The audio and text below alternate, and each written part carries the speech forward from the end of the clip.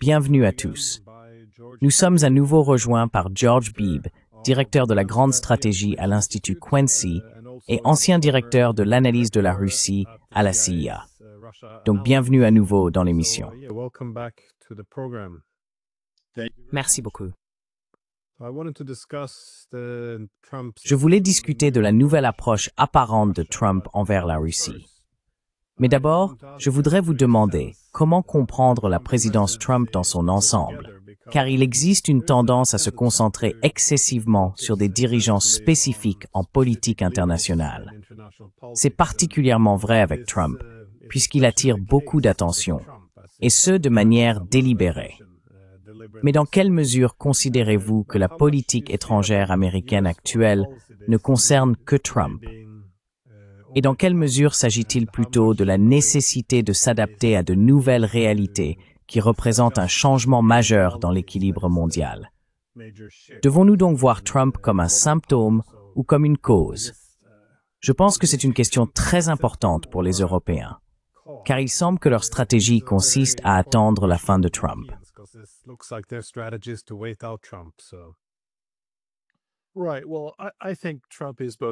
D'accord. Eh bien, je pense que Trump est à la fois un symptôme et une cause. La réalité, c'est qu'il existe de grands changements structurels dans le monde qui vont pousser n'importe quelle présidence américaine à adopter une nouvelle approche en matière de politique étrangère. La réalité, c'est que le moment unipolaire est terminé depuis longtemps. Cette période où les États-Unis n'avaient aucun égal dans le monde et pouvaient essentiellement dicter leur conduite aux autres pays. Les déséquilibres de pouvoir étaient tels que les autres pouvaient se plaindre. Mais au final, ils n'avaient pas d'autre choix que de se conformer. Nous ne sommes plus dans cette situation. La répartition du pouvoir dans le monde a changé et nous avons désormais un concurrent de taille avec la Chine.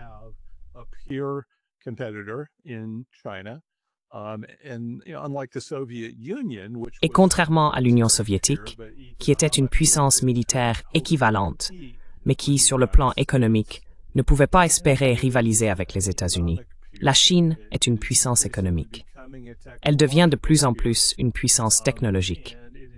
Et elle est profondément intégrée à l'économie mondiale, d'une manière que l'Union soviétique ne l'a jamais été et n'a jamais voulu l'être.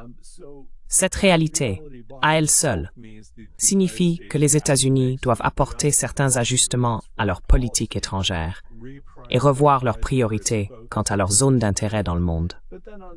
Mais en plus de cela, ce n'est pas seulement l'ascension de la Chine qui change la donne. Le monde devient de plus en plus multipolaire. Et par là, j'entends qu'il existe des puissances régionales, des puissances moyennes.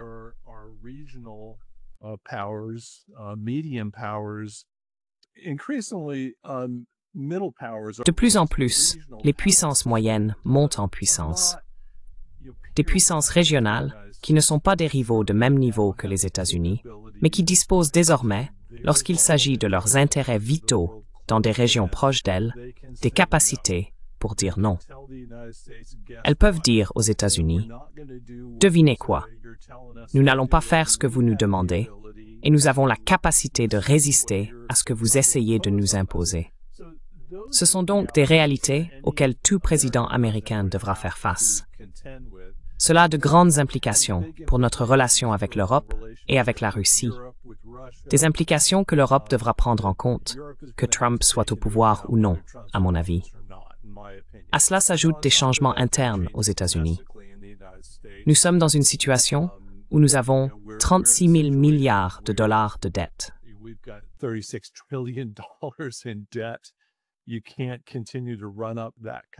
Vous ne pouvez pas continuer à accumuler ce genre de dette pendant des décennies. À un moment donné, vos créanciers vont finir par dire « Attendez une minute, nous avons des inquiétudes quant à votre capacité à nous rembourser. » Cela signifie en retour que les États-Unis doivent faire attention à ne pas trop promettre ni trop s'engager dans le monde. Nous devons adopter une politique étrangère plus modeste, car nos moyens sont de plus en plus limités. Et donc, encore une fois, c'est une réalité à laquelle il faudra faire face, que Donald Trump soit au pouvoir ou non. Trump est une personnalité marquante, Il a son propre style unique, qui influence certainement la manière dont les États-Unis mènent leur politique étrangère. Mais sur le plan stratégique, je pense que la direction que nous prenons est vraiment dictée par ces changements structurels dans le monde et au sein même des États-Unis.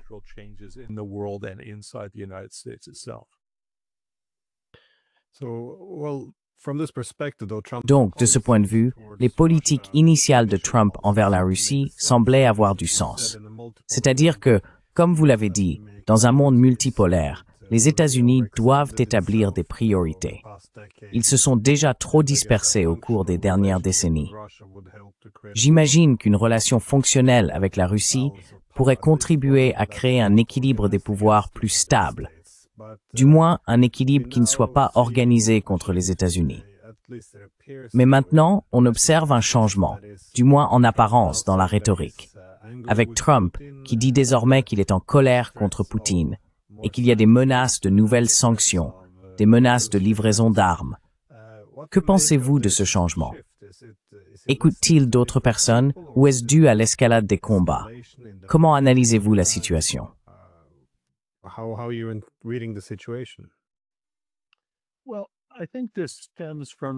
Eh bien, je pense que cela découle de la frustration que les États-Unis n'ont pas réussi à obtenir un cessez-le-feu inconditionnel, quelle qu'en soit la forme ou la durée, entre la Russie et l'Ukraine. Et ce désir d'un cessez-le-feu comme première étape d'un processus de paix, selon moi, est vraiment motivé par la déclaration de Trump lui-même, en tant que candidat, selon laquelle il mettrait fin à cette guerre en un jour. Il l'a répété à maintes reprises. Et cela, à son tour, a exercé une pression sur Trump lui-même et sur son administration pour qu'il tienne cette promesse. Maintenant, comment y parvenir? Il est assez difficile de mettre en place un traité de paix complet qui implique de nombreuses questions techniques et beaucoup de compromis douloureux qui nécessiteront de nombreux mois, voire des années, pour être finalisés.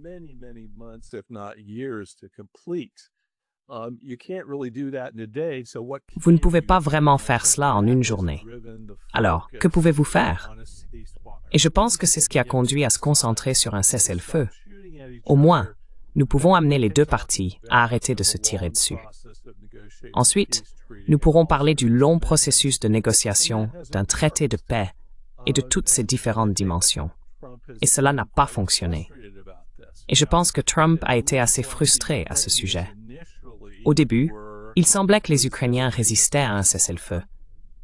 Et je pense qu'en partie, cela venait de la conviction de Zelensky qu'il pouvait passer outre Trump, comme il l'avait fait avec l'ancien président Joe Biden, lorsque Biden avait dit « Vous savez, nous ne voulons pas vous fournir des F-16 ou des chars Abrams, etc., etc. »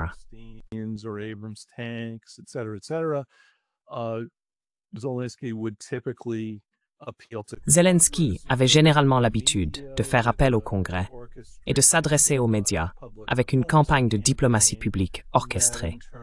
Cela, à son tour, exerçait une pression sur la Maison-Blanche et Biden cédait assez régulièrement, encore et encore. Et je pense que Zelensky pensait probablement pouvoir faire la même chose avec Trump.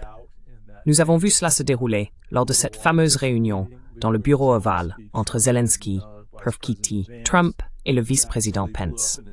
Cela s'est vraiment retourné contre lui. Après cela, je pense que les Ukrainiens sont devenus beaucoup plus ouverts à l'idée d'un cessez-le-feu et l'attention s'est portée sur la Russie. Désormais, la Russie a essentiellement dit non. Nous ne sommes pas intéressés par un cessez-le-feu inconditionnel.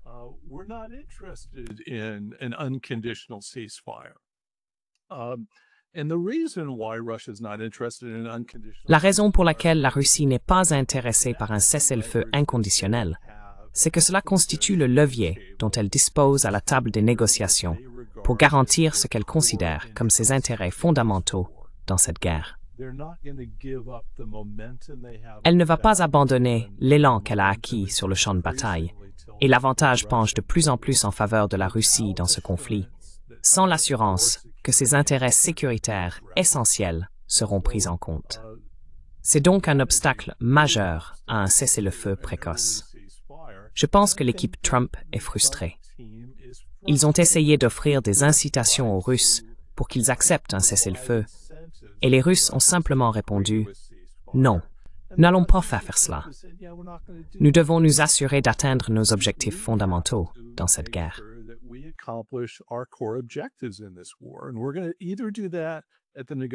Et nous allons soit le faire à la table des négociations, soit sur le champ de bataille. Et c'est une réalité à laquelle la Maison-Blanche de Trump doit maintenant faire face. Ils essaient de comprendre. Eh bien, que faisons-nous? La première réaction a été « Il faut mettre plus de pression sur les Russes. Intensifions le soutien militaire à l'Ukraine. Brandissons la menace de ces sanctions secondaires paralysantes contre les pays qui achètent de l'énergie russe. Et espérons que cela fera réfléchir les Russes et les rendra plus enclins à accepter ce cessez-le-feu inconditionnel. Franchement, je ne pense pas que cela fonctionnera. Je pense qu'il existe une voie vers un règlement, mais elle ne passera pas par des négociations. Un cessez-le-feu est la première étape.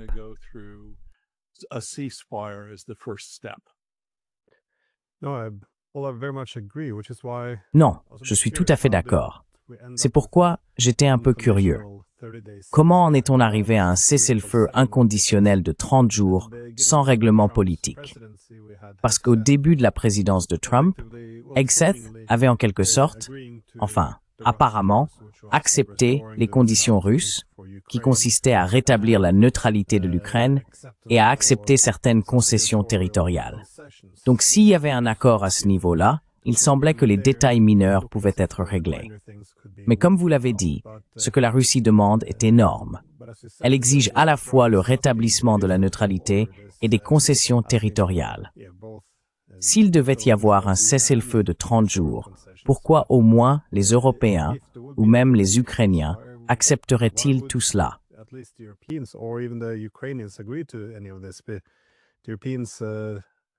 Les Européens parlent encore de la possibilité d'envoyer des troupes en Ukraine s'il y a un cessez-le-feu de 30 jours.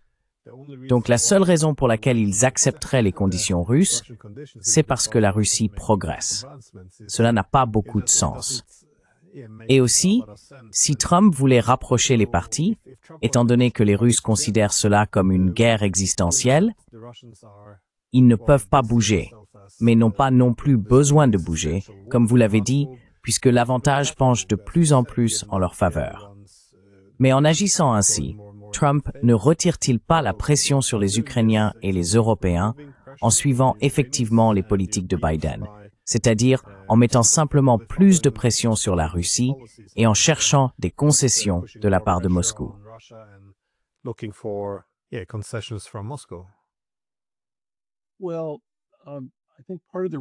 Eh bien, je pense que une partie de la raison pour laquelle nous sommes dans la situation actuelle, c'est qu'il n'y a pas de consensus au sein de l'administration Trump sur la manière de concevoir cette guerre. Quelles sont les dynamiques à l'œuvre ici? Certains la considèrent principalement comme une guerre entre la Russie et l'Ukraine à propos du territoire, du traitement des minorités linguistiques et culturelles ukrainiennes, ce genre de questions bilatérales. Oui, la question de savoir si l'Ukraine est membre de l'OTAN ou non est un enjeu, mais il s'agit surtout du territoire et de l'endroit où la frontière entre l'Ukraine et la Russie est tracée. Et donc, lorsqu'on conçoit la guerre de cette manière, je pense que cela conduit à vouloir pousser l'Ukraine et la Russie à négocier et à faire des compromis entre elles.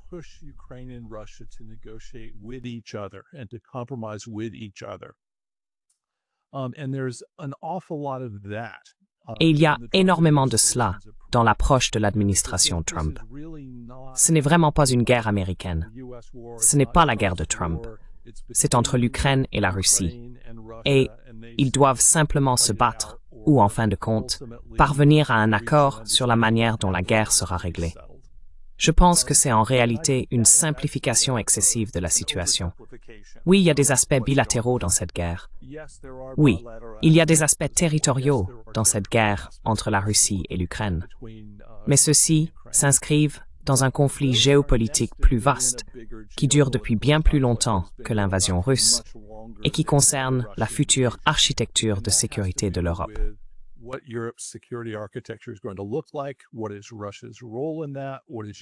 Quel est le rôle de la Russie dans tout cela? quelle est la place de l'Ukraine?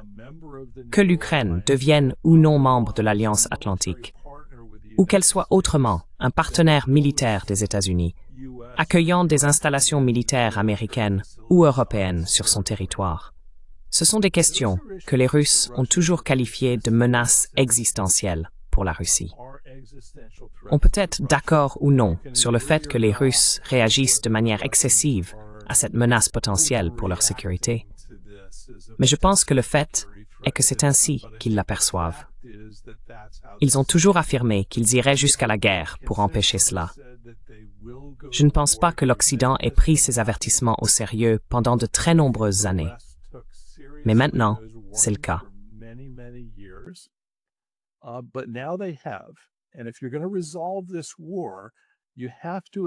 Et si vous voulez résoudre cette guerre, il faut s'attaquer à la question centrale de savoir si l'Ukraine va rejoindre l'alliance militaire de l'OTAN et si elle va accueillir des forces militaires américaines ou européennes sur son territoire. Or, si l'on en croit les articles de presse, l'administration Trump aurait, en avril, soumis aux Russes une proposition de règlement qui portait essentiellement sur des concessions territoriales. Reconnaître officiellement la Crimée comme faisant partie de la Fédération de Russie, reconnaître de facto les possessions militaires russes dans la région du Donbass comme russes, même si nous n'aurions pas reconnu légalement qu'elles faisaient partie de la Fédération de Russie, assouplir les sanctions économiques et s'engager à ce que l'Ukraine ne devienne pas membre de l'OTAN. Je pense que tous ces éléments auraient été attrayants pour la Russie.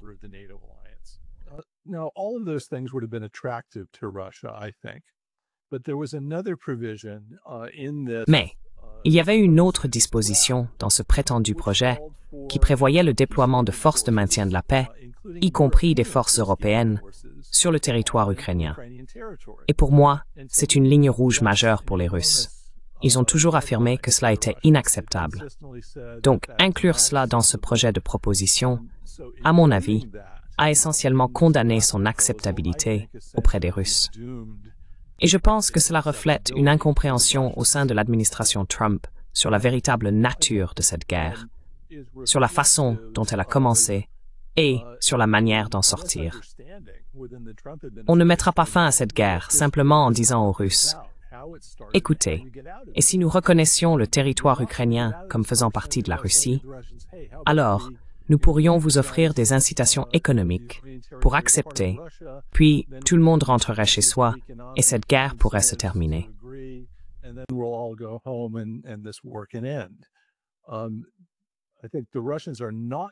Je pense que les Russes ne mettront pas fin à cette guerre tant qu'ils n'auront pas obtenu des garanties absolument solides que l'Ukraine n'entrera pas dans l'OTAN et n'accueillera aucune force militaire occidentale. Ce sont des points fondamentaux. Et à ma connaissance, nous n'avons pas vraiment poursuivi cet objectif dans cette négociation. Cela n'a pas été mis au premier plan. Nous avons laissé entendre que nous étions prêts à accepter une partie de ces exigences. Mais nous n'avons pas indiqué que nous étions prêts à tout accepter.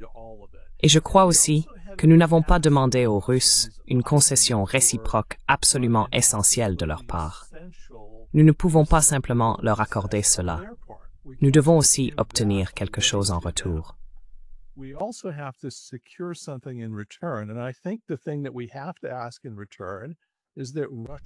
Et je pense que ce que nous devons demander en retour, c'est que la Russie accepte la possibilité que l'Ukraine fasse un jour partie de l'Union européenne et qu'elle ne s'y oppose pas.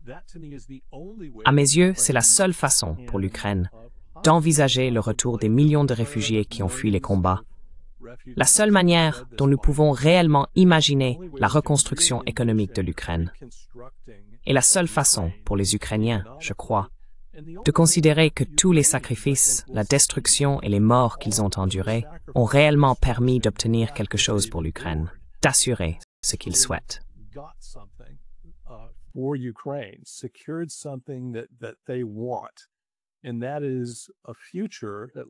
Et c'est un avenir, du moins un avenir politique et économique, qui est ancré en Occident. Les Russes ont déjà déclaré par le passé qu'ils seraient prêts à soutenir cela. Mais je pense que si nous voulons avancer dans ces négociations, nous devons clarifier ce point. L'administration Trump doit faire de ce compromis géopolitique fondamental un point central de la négociation. Il faut l'inscrire dans un accord-cadre contraignant. Cela, à mon avis, serait une avancée significative. Cela permettrait d'ouvrir des négociations sur un cessez-le-feu. Cela permettrait d'établir une feuille de route vers la paix, un traité de paix et toutes les autres négociations qui devront avoir lieu dans ce cadre.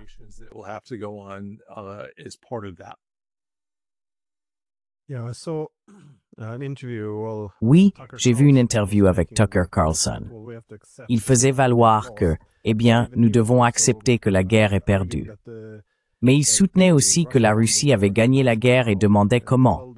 Eh bien, ils voulaient le territoire et ils ont obtenu le territoire. C'était l'argument. Mais il semble que les gens perdent de vue le différend territorial qui est en grande partie un symptôme et non la source du conflit. Encore une fois, l'accord de Minsk ne comportait aucune concession territoriale. Il s'agissait d'autonomie, ce qui aurait pu empêcher l'expansion de l'OTAN.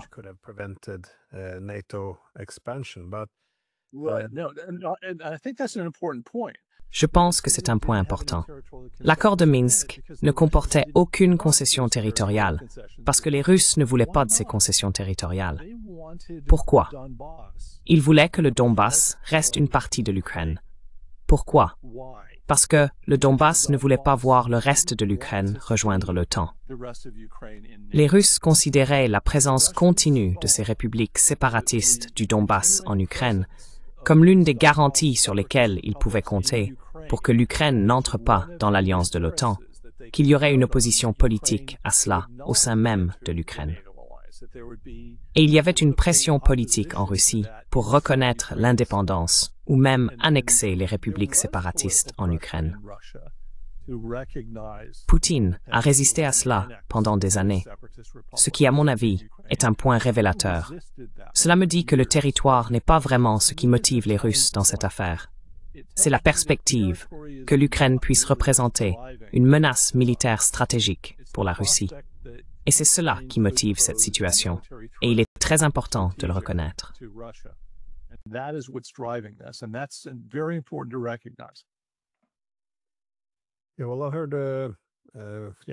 Eh bien, j'ai entendu l'ancien président Medvedev faire remarquer qu'ils ne sont pas non plus très enthousiastes à l'idée que l'Ukraine rejoigne l'UE-member. Et la raison invoquée est que l'UE-member est devenu très géopolitique. Il revient sur le problème avec l'OTAN, en disant que ce n'est pas seulement une question d'être dans l'OTAN ou en dehors, mais que l'Ukraine pourrait devenir un membre de facto si suffisamment de troupes occidentales s'installaient durablement sur le territoire ukrainien. Mais je suis d'accord, il doit y avoir quelque chose dans l'autre sens, non seulement pour sauver la face, mais aussi pour s'assurer qu'un camp n'obtienne pas tout.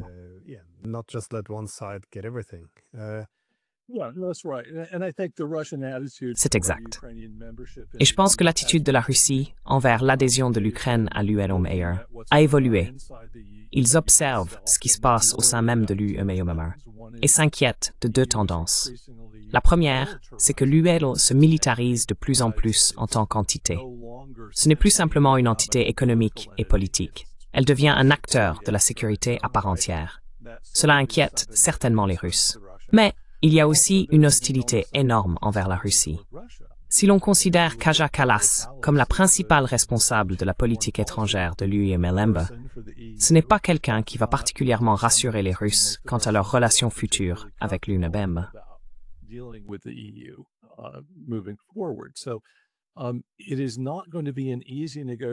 Il ne sera donc pas facile de négocier avec les Russes un accord-cadre qui échangerait la neutralité militaire de l'Ukraine contre l'acceptation par la Russie de l'adhésion de l'Ukraine à l'UPOWED.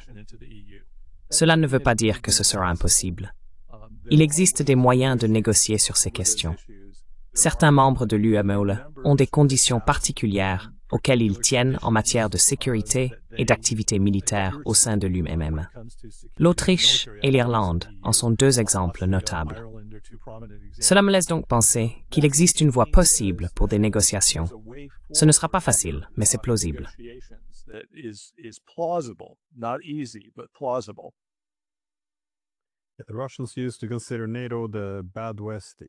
Les Russes considéraient autrefois l'OTAN comme le mauvais Occident, l'UMAPOM-Meller comme le bon Occident, et les Européens comme une sorte de contrepoids à l'Amérique plus agressive et militariste. Mais aujourd'hui, la situation s'est un peu inversée, et les Européens semblent désormais bien plus agressifs que les Américains, notamment dans leur perception de l'Allemagne. Cela a vraiment changé de façon spectaculaire, semble-t-il, en Russie. Mais étant donné qu'il y a seulement quelques mois, nous avons assisté à ce grand fiasco dans le bureau ovale. Pensez-vous que Trump va aussi exercer des pressions sur l'autre camp, le camp ukrainien? Car il existe certains rapports de Seymour Hersh qui affirmaient, selon ses sources, que Washington souhaiterait remplacer Zelensky, possiblement par Zaluzhny. Avez-vous constaté des signes de pression de leur côté également? Car il ne semble pas que Zelensky puisse satisfaire aucune des exigences russes.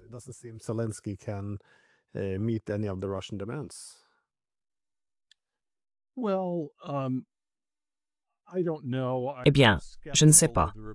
Je suis sceptique quant aux rapports selon lesquels l'administration Trump aurait décidé que Zelensky devait partir. Je pense cependant qu'il y a eu un changement de perception concernant la source du problème dans les négociations pour mettre fin à la guerre.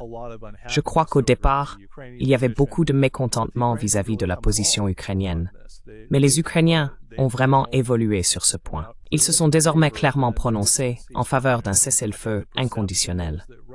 Et je pense que la perception actuelle est que la Russie constitue réellement l'obstacle. Maintenant, l'Ukraine pourrait-elle satisfaire certaines des exigences essentielles des Russes? C'est-à-dire, pourrait-il accepter de modifier leur constitution pour revenir à ce qu'elle était, en affirmant la neutralité militaire de l'Ukraine? Cela relève en partie de la politique intérieure ukrainienne, et je ne suis pas sûr que quiconque connaisse la réponse à cette question.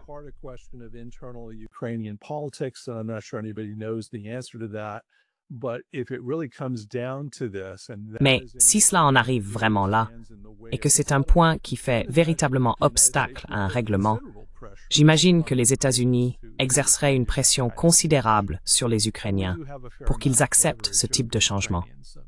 Et nous avons un pouvoir d'influence assez important sur les Ukrainiens, beaucoup plus que sur les Russes, je pense. Donc, je doute que la pression soit actuellement concentrée sur l'Ukraine. Je pense qu'en ce moment, la pression américaine vise la Russie dans ce que je considère comme l'espoir vain de pouvoir les forcer à accepter un cessez-le-feu inconditionnel. Je pense que cela ne fonctionnera tout simplement pas. Les Russes réagiront essentiellement en disant « Oui, désolé, nous n'allons pas accepter ».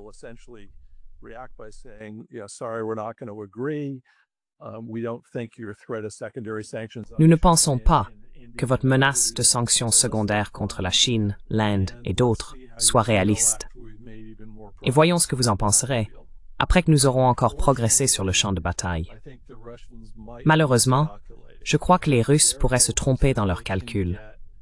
Je pense qu'ils espèrent obtenir ce que j'appellerais un scénario à la Géorgie de 2008, où ils remportent essentiellement la victoire sur le champ de bataille, et où l'Occident dit « Bon, c'est dommage, mais nous voulons quand même relancer les relations avec la Russie. Nous voulons améliorer les relations bilatérales entre les États-Unis et la Russie, entre l'Europe et la Russie. » Et je ne pense pas que ce soit envisageable, en réalité. Je crois qu'à moins qu'il n'y ait un véritable règlement de la guerre en Ukraine, la porte à une réelle amélioration des relations bilatérales entre la Russie et les États-Unis restera presque totalement fermée.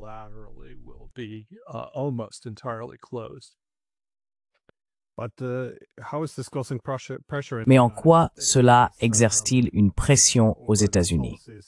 Il y a des tensions autour des politiques, pas seulement concernant l'Ukraine, mais aussi au Moyen-Orient, les dossiers Epstein. Il semble qu'il y ait quelques fissures dans la base de Trump, disons-le ainsi, étant donné qu'il a qualifié toutes ces politiques qu'il poursuit désormais de politiques de Biden. Il ne cesse de rassurer tout le monde en disant que ce n'est pas sa guerre. Mais à mesure que la situation évolue, cela ressemble de plus en plus à sa guerre.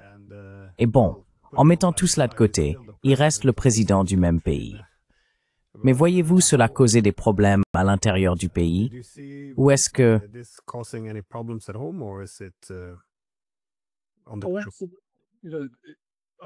Je pense que le président Trump essaie de maintenir l'unité d'un parti républicain, qui est lui-même divisé sur plusieurs fronts, mais surtout en ce qui concerne la politique étrangère. Je crois qu'une grande partie du parti veut encore penser que, vous savez, nous sommes au début des années 2000, que nous vivons toujours dans un moment unipolaire. Les États-Unis peuvent essentiellement dicter aux autres pays ce qu'ils peuvent ou ne peuvent pas faire. Et nous n'avons pas vraiment à établir de priorités. Nous n'avons pas vraiment de ressources ou de capacités limitées. Nous pouvons affronter les Russes, les Iraniens, les Nord-Coréens et les Chinois, tous alliés ensemble. Et nous pouvons quand même l'emporter. Pas besoin de faire de compromis ou de fixer des priorités dans tout cela. Et je pense que la réalité, c'est que ce n'est tout simplement plus possible aujourd'hui.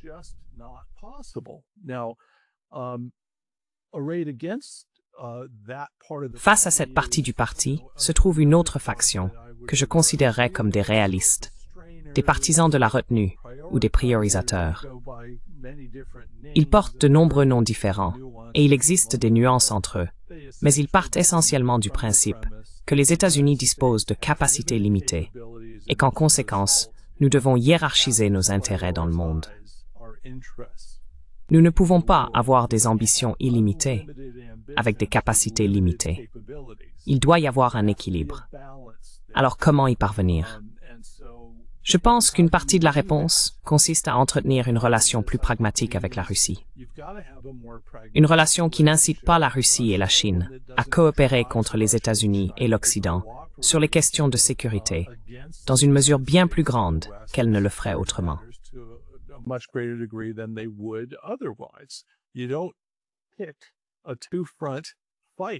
On ne mène pas un combat sur deux fronts contre des grandes puissances dans un monde multipolaire. Cela ne va pas bien se terminer.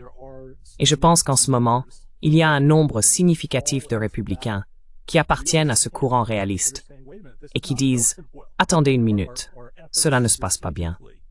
Nos efforts, sur le plan stratégique, pour trouver une issue à l'impasse dans laquelle nous nous sommes engagés, ne fonctionnent pas. Nous devons rechercher un règlement en Ukraine de manière réaliste et pragmatique. Nous devons trouver comment gérer l'Iran sans que cela ne mène à un conflit ou à une guerre perpétuelle au Moyen-Orient. Et je pense que Trump, dans ses discours, a dit tout cela. Mais la question est de savoir comment traduire ces intentions en progrès concrets. C'est là que les choses se compliquent, à mon avis.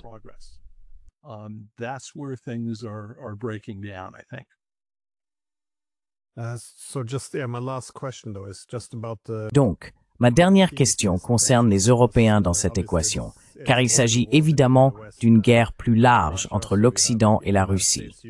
On a les États-Unis, l'Ukraine, la Russie, mais les Européens sont aussi, eh bien, s'ils ne sont pas l'acteur le moins important, ils s'en approchent probablement. Pourtant, ce sont eux qui semblent fournir le plus d'efforts pour maintenir la guerre. De plus, ils rendent tout cessez-le-feu moins attrayant pour les Russes, en continuant de brandir la menace d'envoyer des troupes en Ukraine. Car les États-Unis semblent au moins tenter de réajuster leur réflexion stratégique à un monde multipolaire. Mais pour les Européens, on a l'impression que la guerre en Ukraine est désormais liée à la crainte d'un retrait américain du continent européen.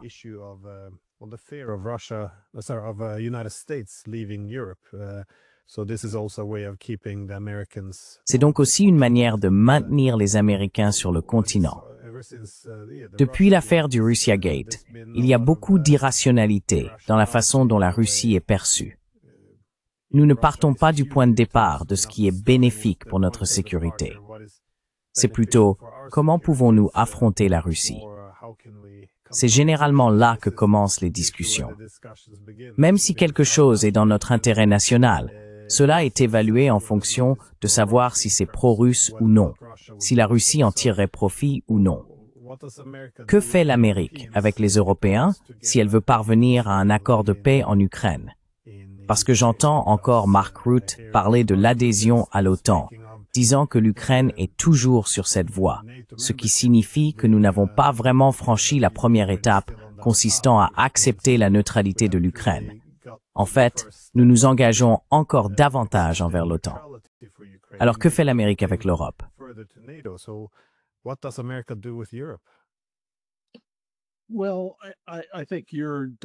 Eh bien, je pense que votre analyse de ce qui motive les Européens sur ce sujet est tout à fait juste. Et je crois que nous devons remettre en question une hypothèse fondamentale qui sous-tend la vision européenne de la guerre en Ukraine.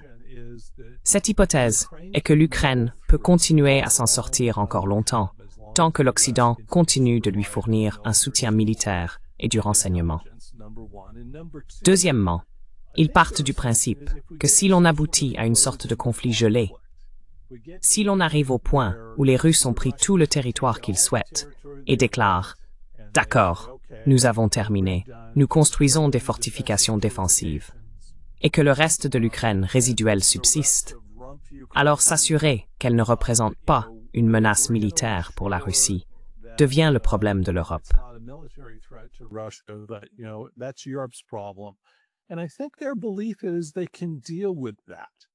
Et je pense qu'ils croient pouvoir gérer cela, n'est-ce pas? Que ce sera comparable à la première guerre froide, où oui, nous avons une Ukraine divisée, tout comme une Europe divisée. Pas une Allemagne divisée. Oui, il y a de réelles tensions entre la Russie et l'Occident. Mais vous savez, la première guerre froide s'est bien terminée. Elle n'a pas dégénéré en confrontation militaire directe entre l'Union soviétique et l'Occident. Et au final, vous savez, les forces de la vérité, de la justice et du bien ont triomphé. Et c'est ainsi que cela se passera la prochaine fois. Nous n'avons plus vraiment à craindre cela. Nous finirons par l'emporter. Ce sont les Russes qui souffriront de tout cela. C'est l'hypothèse, je pense. Et je pense que c'est faux. Je pense que nous nous dirigeons vers une situation où l'Ukraine ne sera pas reconstruite.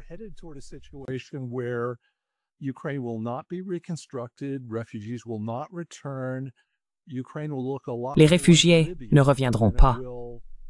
L'Ukraine ressemblera bien plus à la Libye qu'à l'Allemagne de l'Ouest. Et nous n'aurons aucun des garde-fous qui avaient été mis en place pendant la guerre froide pour empêcher que le conflit ne devienne chaud. Nous avions le contrôle des armements. Nous avions des dialogues politiques et diplomatiques. Nous avions des mesures de confiance et de sécurité. Nous avions des accords informels sur les règles du jeu, ce qui était permis et ce qui ne l'était pas. Tout cela a contribué à empêcher la guerre froide de dégénérer. Tout cela a disparu en Europe aujourd'hui. Et à moins d'obtenir un règlement de paix en Ukraine, il y a très peu d'espoir de retrouver ces accords diplomatiques qui aident à éviter que la situation ne devienne incontrôlable.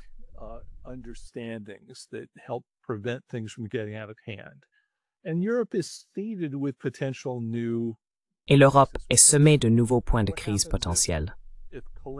Que se passerait-il si Kaliningrad était menacé d'une manière ou d'une autre? Une partie de la Russie, qui est une enclave géographique et qui regorge d'armes nucléaires tactiques. Ce n'est pas une crise que, selon moi, on devrait envisager avec complaisance, mais il est très, très facile de l'imaginer. Que se passera-t-il en Biélorussie lorsque Loukachenko ne sera finalement plus au pouvoir, d'une manière ou d'une autre? Comment gérer une crise potentielle concernant le sort de l'Ukraine ou de la Biélorussie sur le plan géopolitique? Ce sont des crises qui n'attendent qu'à éclater. Et je pense que la complaisance que j'entends en Europe sur la manière dont nous allons gérer cela, eh bien, nous allons dissuader les Russes, n'est-ce pas? Et cela arrangera tout. Et nous n'aurons pas de problème. Je pense que c'est une grave erreur.